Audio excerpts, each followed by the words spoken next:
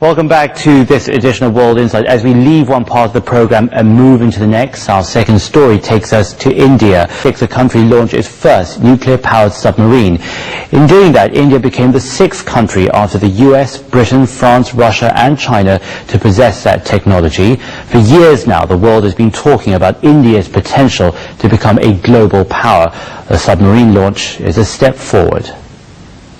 Ladies and gentlemen, a moment of pride and celebration for Indians. The launch of the nuclear-powered submarine is a milestone in the country's quest for nuclear deterrence. The sea is increasingly becoming relevant in the context of India's security needs and interests, and we must therefore readjust our military preparedness to this fast-changing environment. It took India 11 years to develop the submarine with the help of Russia. Even so, Indians have every reason to be proud, as India has joined a very exclusive club of 5 nations. The timing of the launch is also symbolic. It came as India celebrated its 10th Victory Day, marking its defeat of Pakistan in the Kargil sector of Kashmir.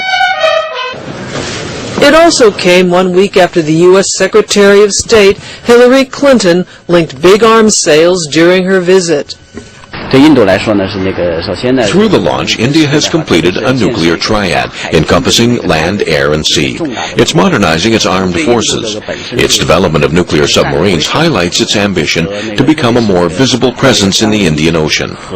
1 week after its arms deal with the U.S., it showed to the world that it has its own capability of arms development, regardless of the U.S. supplement.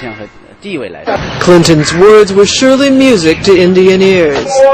Back to its first Prime Minister, Jawaharlal Nehru, who was in power from 1947 to 1964. In his book, The Discovery of India, he first proposed the vision of a superpower. The dream has passed on for generations, and now the reality is coming ever closer. Forecasts from major banks and financial institutions say India will be a superpower in about 40 years' time. These estimates put India's economy ahead of Japan by 2025 and the United States in 2050. So where is India's great power? Some critics say it's in its growing economy, the stability of its democracy, and its reserves of goodwill from the West. The economy has seen a decade of more than 7% growth rate and is forecast to keep the pace despite the global economic downturn.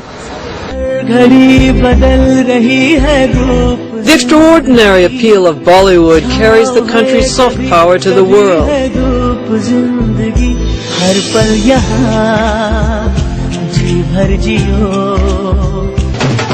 India has developed the world's largest democracy. Countries like the US have good reason to want India to think and act like a global power. India's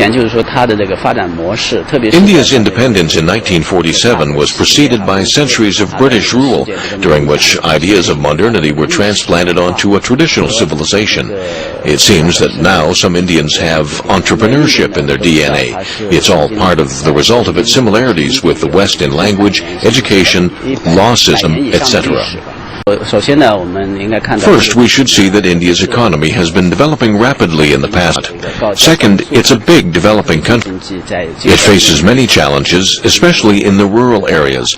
So we should recognize its imbalances as well as its great potential. The 21st century is said to be the century of Asia. The rise of India represents a part of the dynamic side of the region. It might be difficult to tell how close India is to becoming a superpower. Its development is surely in the interest of the region and the world.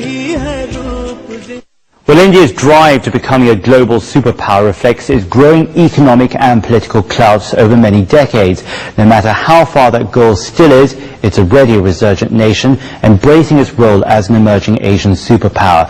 The complexity of its development is characteristic of its diversity, and we'll of course be keeping a close eye on how it all plays